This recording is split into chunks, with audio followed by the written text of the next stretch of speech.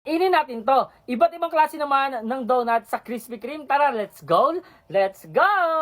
First is, yung kanilang honey glaze. Pero guys, bago kayo kainin, don't forget to follow me at comment sa my comment section kung anong nagsakay natin. So, eto na yon, kakainin na natin.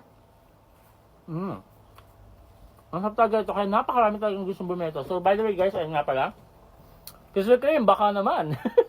Next naman, yung kanilang pink heart na donut at ito na ngayon. Pero guys, bago ko ito kainin, syempre, mag-shoutout tayo ulit ng mga nag-comment sa my comment section sa last video natin. So, shoutout kay Kaiju number 8, Mahal ko si Bloom, pero De La Peña rin daw siya. James Aki Pineda, and also kay Edit Girl. Hello po, shoutout sa inyo. At guys, sa mga gusto pa rin magpa-shoutout, huwag kayong magkalimot na mag-comment kayo sa my comment section kasi babasahin natin yan. So, ito na guys, kainin ko na. Sarap. Strawberry flavor, sarap. Meron din siyang feeling sa loob. Sarap.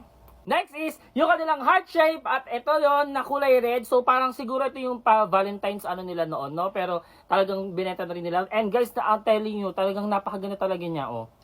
Kainin natin to. Mas masarap, para sa akin mas masarap yung kulay dilaw na, itong kulay pink na nakain natin. Kasi ito mas malinam lang to. Pero masarap din to, in fairness. Like, follow, comment, and share.